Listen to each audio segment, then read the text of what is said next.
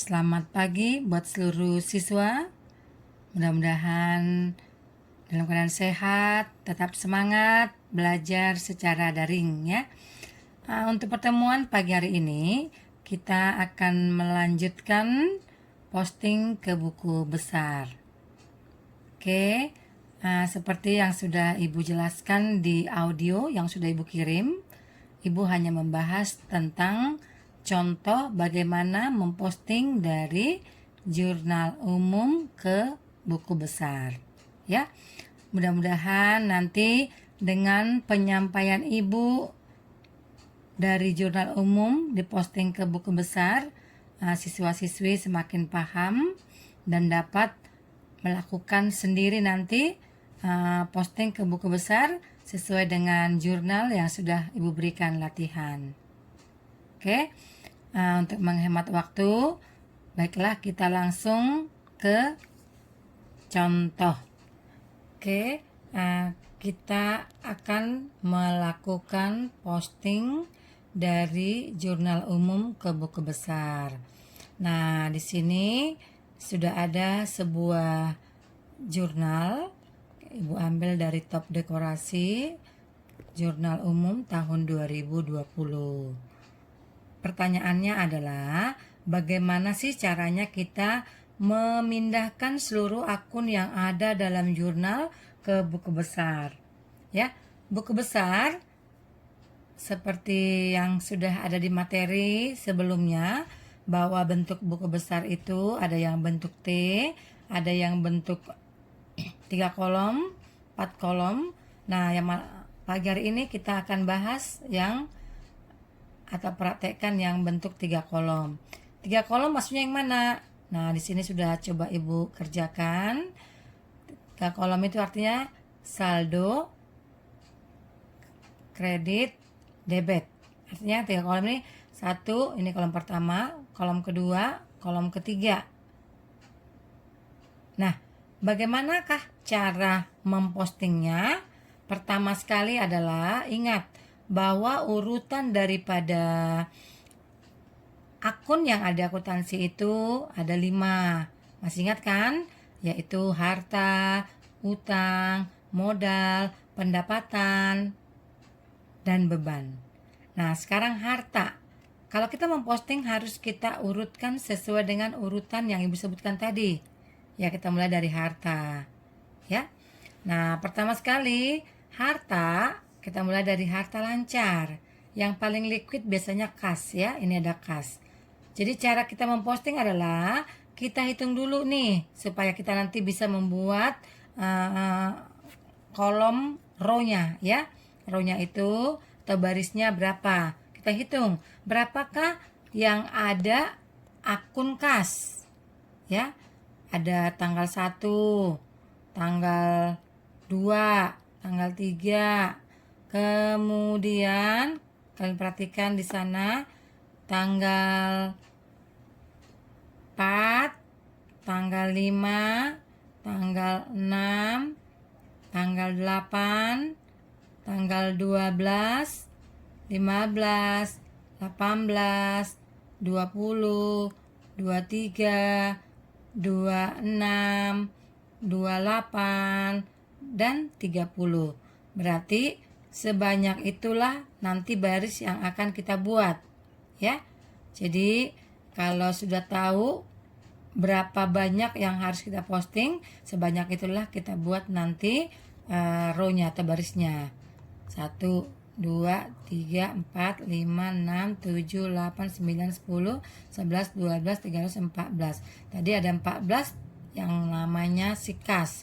Kita buat 14 baris ke bawah, tapi jangan pas banget 14 baris. Sisainlah 3 nanti untuk langkah berikutnya ya. Nah, caranya adalah pertama kas. Kita buat dulu judulnya kas. Ini kan kas. Dengan kode akun 111. Ya. 111 kas.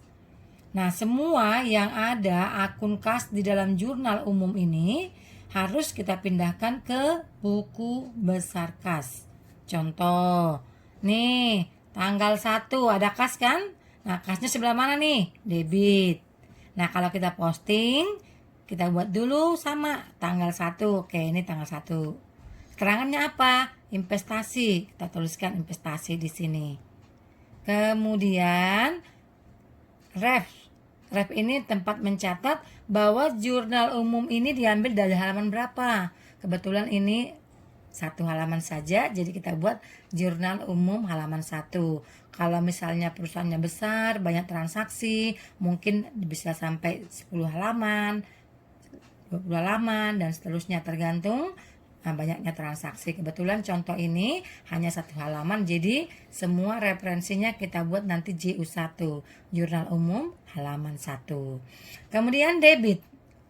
Berapa? 15 juta. Nah, kita pindahkan 15 juta. Oke. Nah, kreditnya kosong. Kemudian karena kreditnya kosong, maka 15 juta langsung masuk ke saldo. Pertanyaannya, saldonya ini apa, Ibu? Nah, saldonya ini ingat aja rumusnya. Kalau harta itu saldo normalnya itu debit. Berarti si kas ini saldonya 15 juta di sebelah debit. Ya, tidak tertulis tapi tersirat, dipahami pada pembahasan materi sebelumnya. Oke, ini tanggal 1 selesai nih. Mudah-mudahan paham ya. Sekarang tanggal 2. Tanggal 2 kasnya sebelah mana nih? Sebelah kredit. Nih, kredit 180. Kebetulan kita buat dalam ribuan ya, supaya simpel nulisnya. Nih kas sebelah kredit 180. Nah, sekarang keterangannya apa? Pembelian. Ya. Apa yang dibeli? Perlengkapan. Jadi kita buat pembelian perlengkapan. Atau ini juga dituliskan langsung bisa, pembelian tunai bisa. Ya. Nah, pembelian perlengkapan sama dari jurnal halaman 1 kita pindahkan di sebelah kredit. Nah, sekarang debit 15 juta kasnya tadi, kemudian dikurangi kredit 180, sehingga saldo debitnya 14.820. Paham ya? Oke. Kemudian kita lanjutkan transaksi berikutnya. Nggak boleh lompat-lompat, harus sesuai dengan tanggal kejadian. Ya, yang paling duluan mana, ya itulah kita masukkan. Tanggal 4 nih, kita masukkan tanggal 4. Keterangannya apa? Pembelian kendaraan. Ya, kita buatlah pembelian kendaraan. Kita lihat pembelian kendaraannya sebelah mana?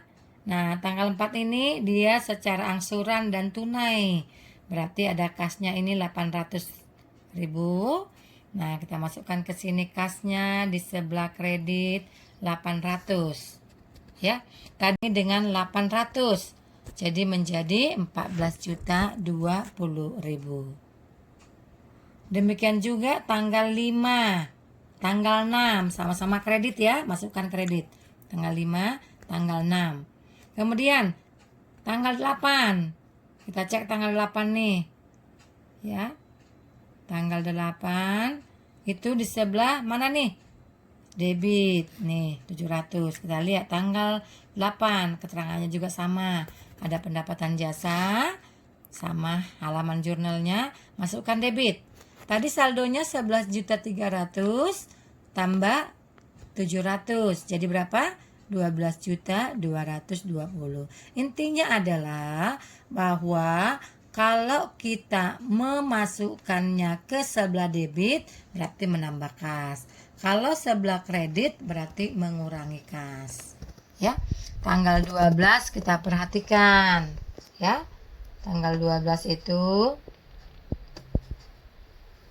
kasnya sebelah kredit, berarti kasnya berkurang. Ya. Tanggal 15 kasnya di debit, berarti bertambah. 18 kasnya debit. 20 kasnya kredit, 23 kasnya di kredit, 26 kasnya di kredit, 28 kasnya di debit, 30 kasnya di kredit. Coba kita lihat, benar enggak? Iya. Perhatikan, ini tanggal 18 di debit, 20 di kredit, 23 di kredit, 26 di kredit, 28 di debit, 30 di kredit. Sehingga kalau kita masukkan sesuai dengan rumus, yaitu kalau di debit bertambah, di kredit berkurang, maka dapat diketahui saldo kas terakhir adalah 13.745, ya. Artinya bahwa semua kas yang ada di jurnal umum sudah kita pindahkan ke buku besar, ya. Inilah saldo kasnya. Lalu buku besar yang kedua apa, Ibu? Nah, biasanya kalau harta lancar itu urutan keduanya apa nih? Yaitu biasanya adalah si piutang, ya. Piutang. Ada, kita lihat piutang? Iya, ada piutang. Nah, piutang ada 1.000. Piutang ini kita cek ada berapa kali transaksi atau ada berapa akun piutang. Sepertinya akun piutang itu hanya satu, yaitu tanggal 12. Salah, bukan tanggal 12, yaitu tanggal, cek lagi ya, tanggal 10 kayaknya ya. Oh iya benar, tanggal 10 ada piutang 1.000. Kemudian kita cek lagi tanggal 18 ada piutang di kredit 500. Nah, piutangnya hanya 2, berarti row-nya kita buat 2. Nah, seperti ini. Kita buat piutang kode akun 112. Ya. Tanggal 10 keterangannya adalah karena adanya pendapatan jasa di sebelah debit 1.000. Maka masukkanlah ke debit atau ke saldo 1.000. Ya. Karena harta itu kita ingat selalu saldonya selalu debit, ya. Saldo normalnya debit 1.000. Nah, kemudian tanggal 18 itu ada piutang nih. Piutangnya ada 500 di kredit. Sehingga keterangannya kenapa dikredit? Karena ada pelunasan piutang atau penerimaan piutang di sebelah kredit sebesar 500, sehingga 1.000 tadi piutangnya sudah diterima 500, saldonya adalah 500. Sehingga saldo piutang bisa kita ketahui jumlahnya adalah 500. Oke. Nah, yang ketiga, nama akun harta masih ada nggak? Oh iya ada. Nih, perlengkapan. Ini adalah urutan harta ketiga. Kita posting ke buku besar. Kita buat dulu. Ini. Perlengkapan dekorasi dengan kode akun 113. Nah, di sini Ibu sudah buat tanggal 2 saja yang ada perlengkapan. Ya, tanggal 2 ini. Keterangannya sama, kita ambil dari keterangan jurnal umum, kita buat di sini. Pembelian perlengkapan masih sama caranya, diambil dari halaman 1 jurnal umum 1, sebelah debit 180, saldonya 180. Kenapa satu saja? Karena memang pembelian perlengkapan atau perlengkapan yang ada di jurnal umum ini hanya satu, yaitu tanggal 2 saja. Kalau ada tanggal berikutnya masukkan, kalau nggak ada satu saja. Apakah satu saja harus dibuat jurnal buku besarnya? Iya, harus, wajib. Setiap satu nama akun harus ada satu buku besar. Kemudian kita posting berikutnya, sewa dibayar di muka, itu yang paling liquid lagi yaitu harta, ya. Sewa dibayar di muka. Kita lihat tanggal berapa. Hanya ada tanggal 6 nih ya. Tanggal 6 kita buat buku besar apanya, kolomnya sewa dibayar di muka, kode akun 114. Hanya satu kali, yaitu tanggal 6 ya. Kalau tanggal 6 saja berarti kita hanya posting satu. Kita lihat tanggal 6 nih, pembayaran sewa dicatat sebagai harta. Nanti kita pelajari dalam AJP akan ada pencatatan sebagai harta, pencatatan sebagai beban. Sementara ikutin aja dulu, yaitu sewa dibayar di muka, transaksinya tanggal 6 dari jurnal halaman 1, jumlahnya 1.200.000 sehingga saldonya 12, ya. Saldonya 12, sementara hanya ini saja, ya. Jadi walaupun satu, transaksinya harus dibuat, itu diingat, nggak boleh malas membuat kolomnya, ya. Nah, sehingga nanti kalian ikuti apa yang sudah sampaikan satu persatu. Nanti kalian cek peralatan dekorasi 1. Nah, kalian lihat tuh ya, tanggal 5 saja. Kemudian kendaraan juga 1 tanggal 4. Kemudian harta berakhir di kendaraan, ya. Kita masuk ke urutan kedua, utang. Nah, utang itu nanti kalian cek boleh jurnal yang di sini. Utang itu tanggal berapa aja, ya. Kalau utang itu di sana ada tanggal 4, kemudian ada lagi di tanggal utang 12, ya. Tanggal 4 ada tanggal 12. Tanggal 4 kenapa ada utang? Lihat di keterangan jurnal. Adanya pembelian secara kredit, pembelian kendaraan. Sama dari jurnal umum. Kenapa langsung dia kredit? Karena memang saldo normal utang itu sebelah kredit. Kebetulan transaksinya juga di sebelah kredit. Ya, letakkan 11.200.000. Nah, tanggal 12 itu ada pembayaran, berarti utangnya berkurang. Kalau utang berkurang ingat di sebelah debit, sehingga tadi kredit 11.2 dikurangi 2 maka jadi 9.200.000, ya. Kalau tanya sebelah mana kah ini ibu utang usahanya, ingat saldo normal utang di sebelah kredit, berarti utang usahanya 9.200.000 ada di sebelah kredit. Oke, modal juga begitu. Modal hanya sekali, yaitu tanggal 1 ada investasi, kita letakkan karena modal itu memang transaksinya kita lihat di sebelah kredit, ya. Ini sebelah kredit, maka kita letakkan juga di sebelah kredit. Oke. Nah, pindahkan ke saldo 15 juta. Oke, Prive juga begitu. Prive adalah pengurang modal. Kita kasih kode akun 321 di sana. Hanya 1 transaksi tanggal 30 di sebelah debit, ya. Sebelah debit ini juga debit saldo normalnya. Pendapatan jasa. Ada transaksinya ada 4. Nanti kalian cek tanggal 8, 10, 15 benar enggak? Ya, tanggal 8. Mana tanggal 8? Nih, tanggal 8. Tanggal 10, tanggal 15. Oke. Kemudian tanggal 28 ada pendapatannya. Nah, itu kalian posting sama, ya. Kita posting kalau dia debit kita buat debit, kalau dia kredit kita buat kredit. Saldo normal pendapatan itu adalah sebelah kredit. Kebetulan transaksi semuanya adalah di sebelah kredit. 700 tambah 1 juta tambah 3 juta tambah 1.500. Jumlahnya 6.200.000 rupiah. Itu untuk pendapatannya. Kemudian yang lain-lain kalian lihat lagi nanti beban gaji sekali saja. Ingat beban gaji. Beban itu selalu normalnya sebelah debit. Jadi semua beban gaji sesuai dengan jurnal masukkan aja pasti di sebelah debit. Beban asuransi, beban listrik jumlahnya sesuai dengan yang ada di jurnal, ya. Nah, demikianlah cara memposting dari jurnal umum ke buku besar. Kita akan membuat berapa banyak buku besar tergantung akun yang ada di jurnal umum.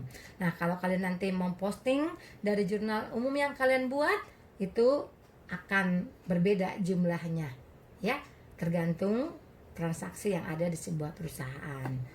Demikianlah cara memposting dari jurnal umum ke buku besar. Mudah-mudahan dengan penyampaian ibu yang banyak kekurangannya, ya, dapat dipahami. Nanti kalau kurang jelas boleh, ya, ditanyakan ke ibu langsung. Nanti akan ada ibu buat juga penjelasan secara audio kembali untuk penjelasan daripada buku besar sehingga nanti kalian semakin paham. Oke, demikianlah pembahasan posting dari jurnal umum ke buku besar yang ibu sampaikan pada pagi hari ini. Harapan ibu tetap semangat mempelajarinya, ya. Kalau kurang jelas tanyakan ibu tadi. Semoga bermanfaat penyampaian ibu di pagi hari ini. Dan jangan lupa tetap semangat. Semakin banyak membaca, semakin banyak mendengar, semakin banyak belajar akan menghasilkan hasil yang baik. Oke, ibu akhir sampai di sini. Selamat pagi semuanya.